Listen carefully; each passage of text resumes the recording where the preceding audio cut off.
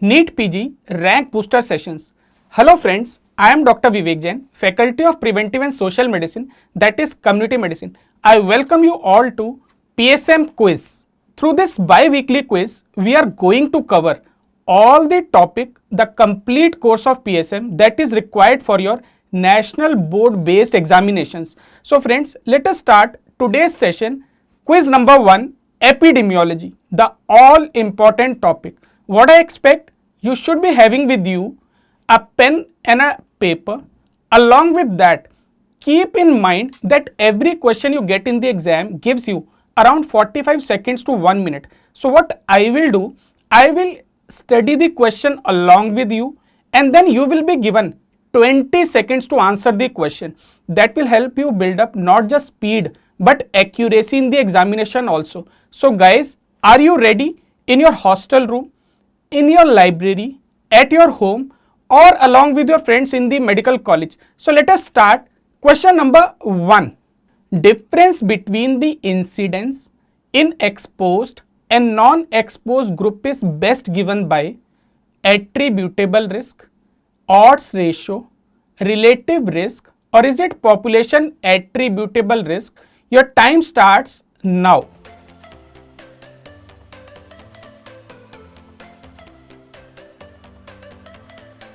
Mark the correct answer quickly, friends.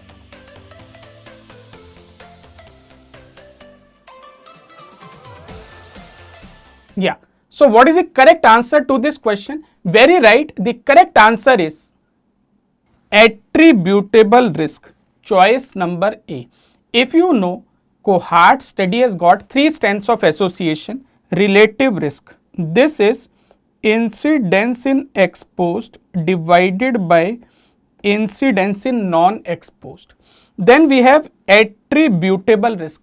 This is incidence in exposed minus incidence in non-exposed upon incidence in exposed into 100, and population attributable risk is incidence in total minus incidence in non-exposed divided by incidence in total into 100.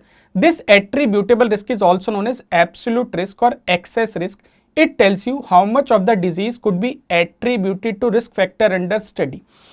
Odds ratio. This is actually the strength of association in a very right case control study. And what is the formula of this? Absolutely, it is AD upon BC. Kindly go through the study designs of cohort study, case control study from my mobile video lecture app, or you can go through my review book of PSM also and practice all the numericals given also, a very favorite question of your examinations. So we move to the question number 2. A study was undertaken to find relation between COPD and smoking. Patient data was collected through records from government hospital, whereas record of cigarette sales was collected from finance and taxation department. Which is the study design? Is it cross-sectional study? Is it a cohort study? Is it a ecological study, or is it a RCT study? Your time starts now.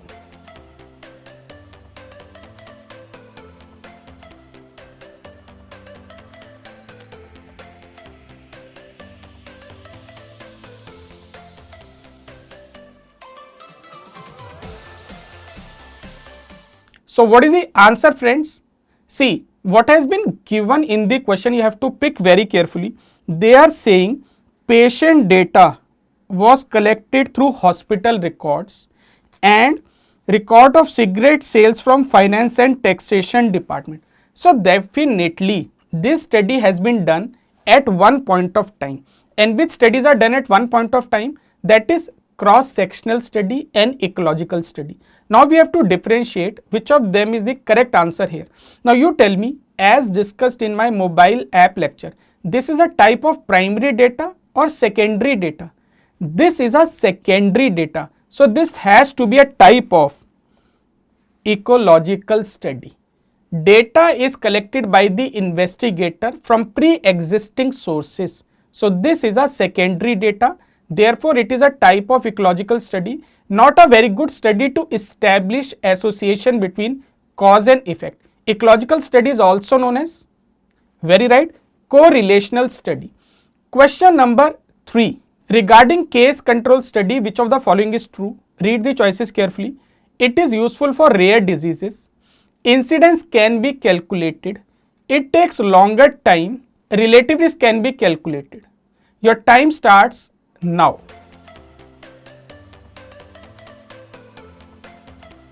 Go through the choices, friends. This is the maximum time you get in the exam also.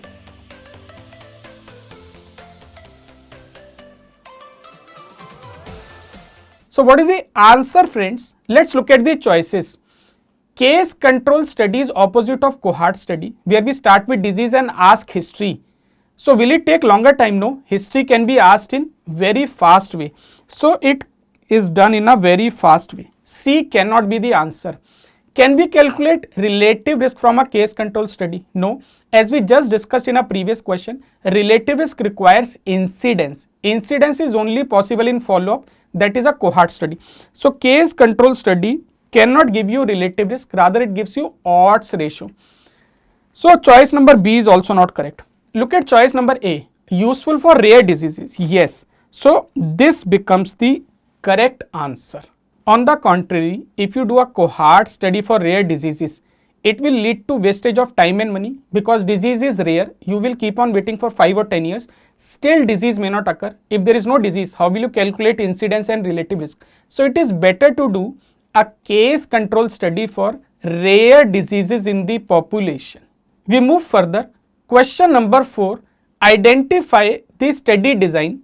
The diagram or the photograph or the image you have to see carefully. It says study population, exposure is self-selected, then we have exposed, non-exposed, disease, no disease in both the groups. Your time starts now.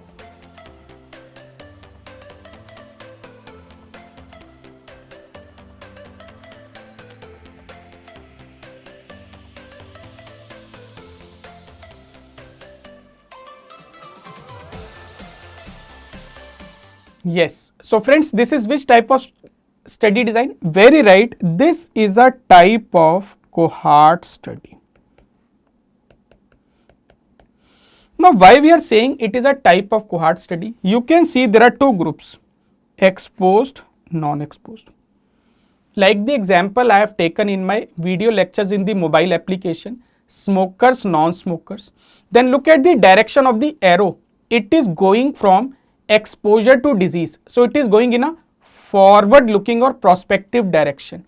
And when disease occur, you can calculate incidence in exposed, and in second group you can calculate incidence in non-exposed.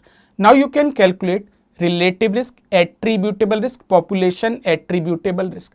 So since it is going from exposure to outcome, forward direction, this is a follow-up prospective cohort study, also known as cause to effect study or exposure to outcome study or risk factor to disease study. Let us move to the question number 6. Again, identify the study design. Let's read what is written on the slide or the photograph. Were exposed, were not exposed. These are from two groups, having the disease, do not have the disease. Your time starts now.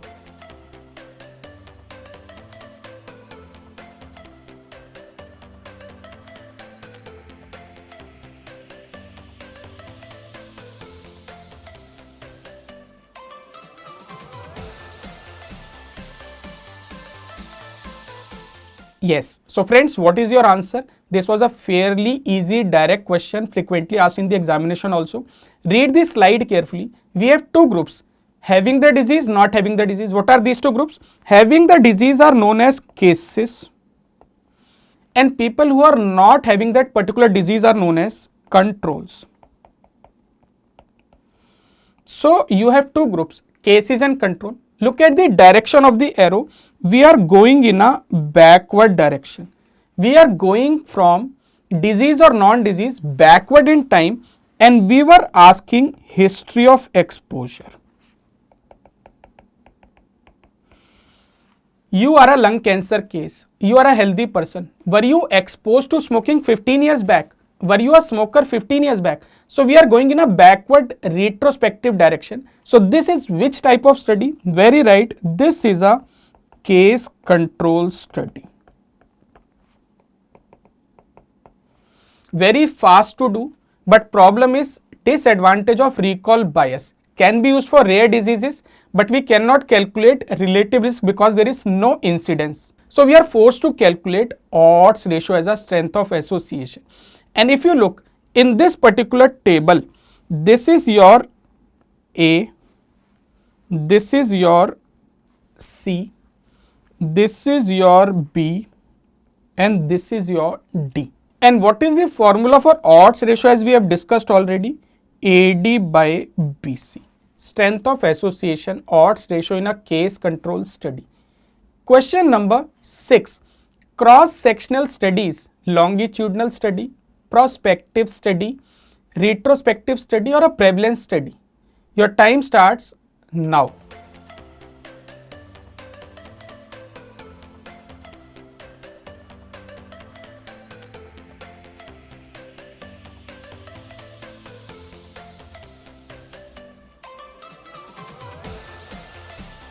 So friends, what is the answer to this factual fact-based question? This is a very easy question. Answer to this question is cross-sectional study is done at a point of time. This is neither forward nor backward. So it is a non-longitudinal study. Non-longitudinal means it has no direction. So it is done at a point of time.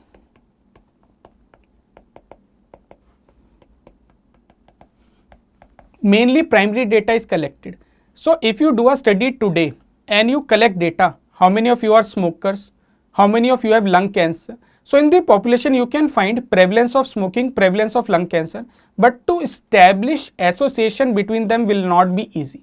So this study gives you prevalence only. So cross-sectional study is also known as prevalence study, sometimes also known as snapshot study, done at a point of time. Since it is neither forward, it is not prospective study, nor it is backward, so it is not a retrospective study. Since it is neither forward nor backward, it is not having any direction, so it is not a longitudinal study design. So such questions you can answer also by excluding the other choices in the exam. Question number 7. Confounding can be removed by assigning confounders equally both to cases and control, stratification, matching, all of the above. Your time for this question number 7 starts now.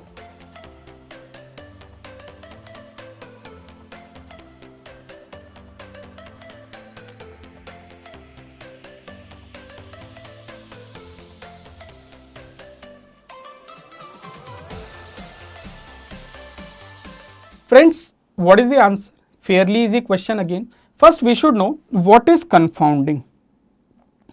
Confounding is any factor which is associated both with exposure and outcome, and it leads to mistaken estimation of the outcome. Many examples we have discussed in our mobile video lecture app also.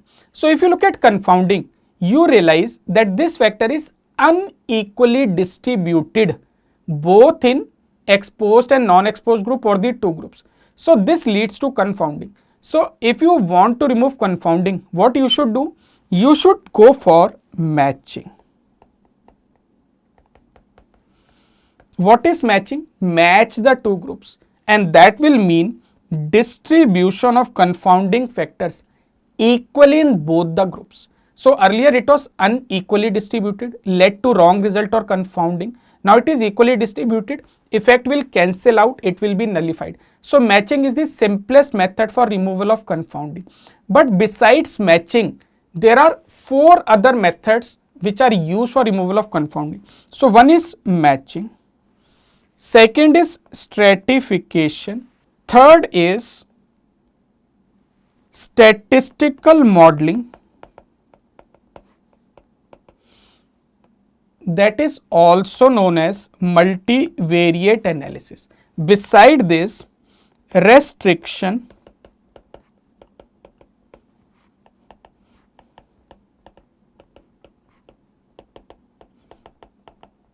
and randomization is also used. Out of these, best method is randomization, Overall, the most superior method is when you can club stratification and randomization.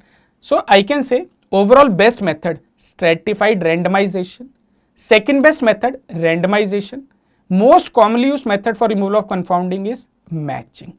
So answer to this question is all of the above. Question number 8.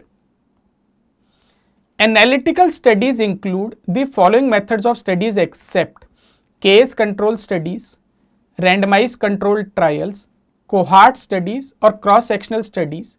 For this question number 8, your time starts now.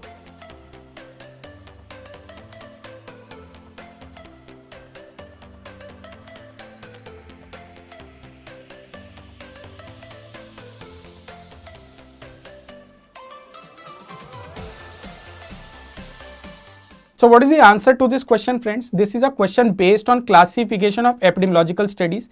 Epidemiological studies can be classified mainly into three groups. These are descriptive, that is for hypothesis formulation, analytical, that is for hypothesis testing, experimental for confirmation of your hypothesis.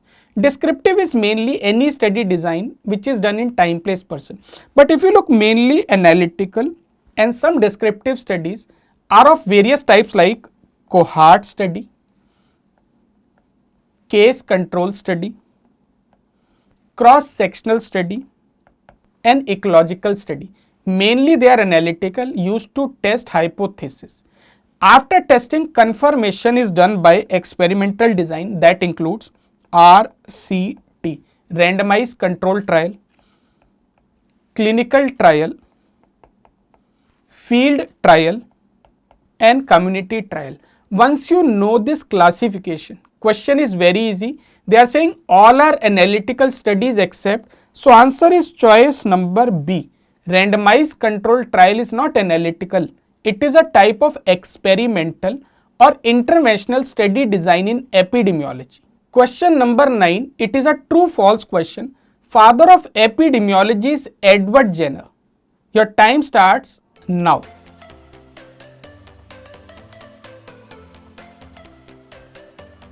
I think one of the easiest questions in today's session.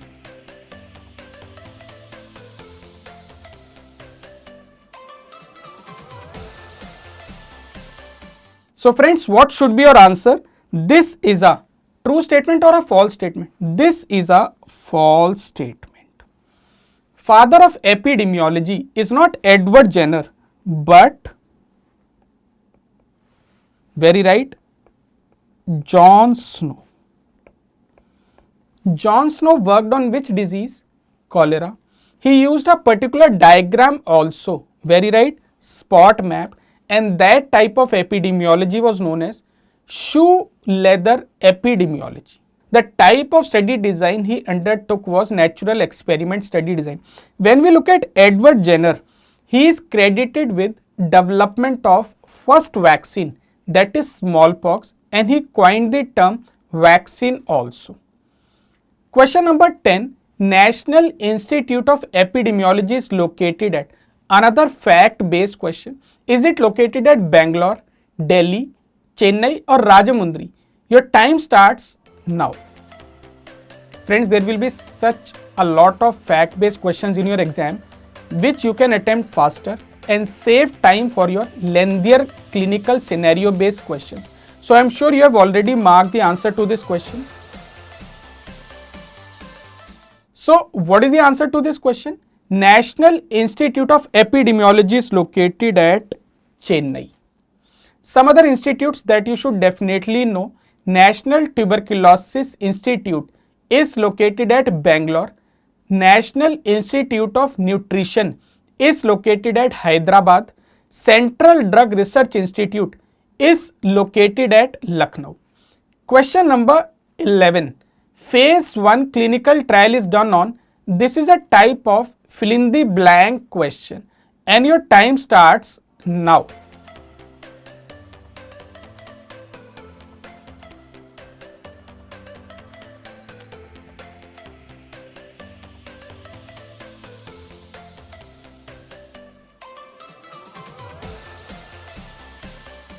So friends, what is the answer to this question? Clinical trial has 4 phases, 1, 2, 3 and 4. And now under the new guidelines, before phase 1, we also have nowadays phase 0. If you look at phase 2, 3 and 4, unit of study, it is performed on patients. A drug is launched in the market after phase 3.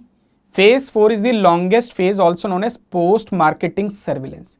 But phase 1 and phase 0, if you look, the unit of study, it is performed on HHV, that is healthy human volunteers.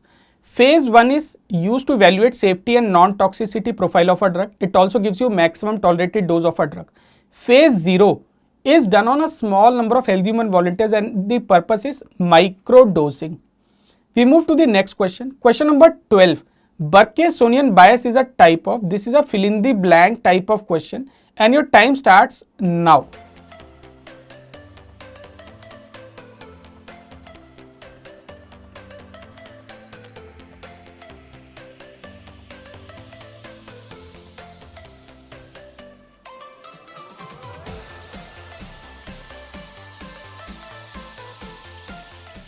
So friends, this was fairly a definition based question. What is the correct answer to this question?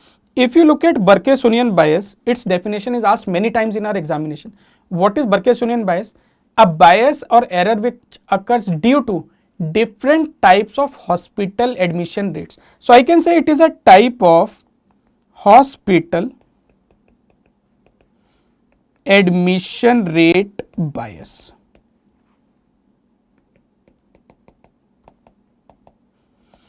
And if I want to fit it in the classification, is this a type of subject bias, investigator bias or analyzer bias? This is a type of investigator bias. And which type of investigator bias? This is a type of selection bias. Biases can be removed by blinding. Question number 13. Unit of study in ecological study is it individual, population, community, patient or a case? Your time starts now.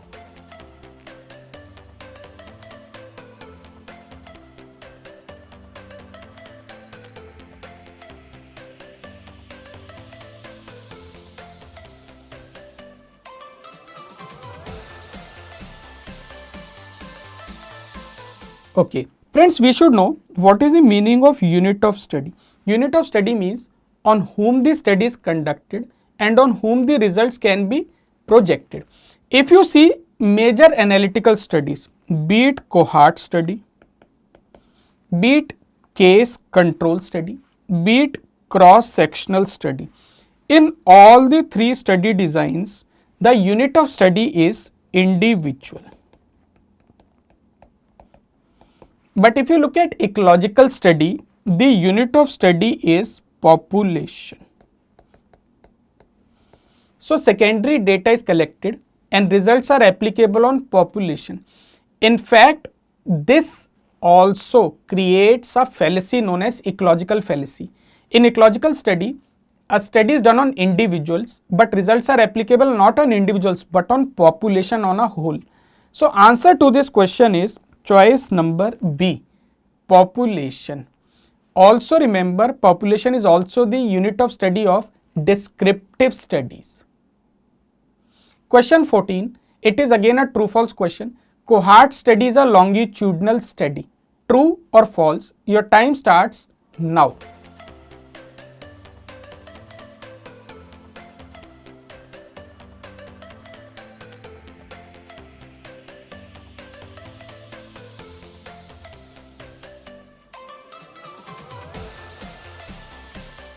What is the answer, friends? Very right.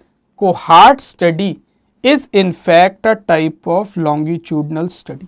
Longitudinal study means study which has a direction.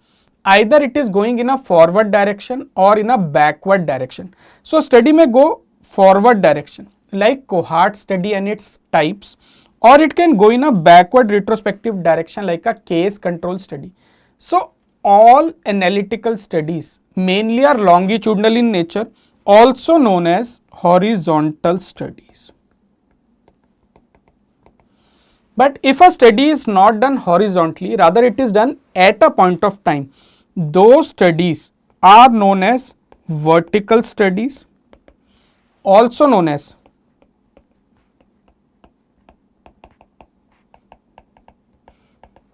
non-longitudinal studies. So which studies are vertical or non-longitudinal without a direction, done at a point of time? These are cross-sectional and ecological studies. Longitudinal studies are better than non-longitudinal for establishing the strength of association. And friends, then we come to question number 15. High altitude goiter is direct association, true or false? The time for this question starts now.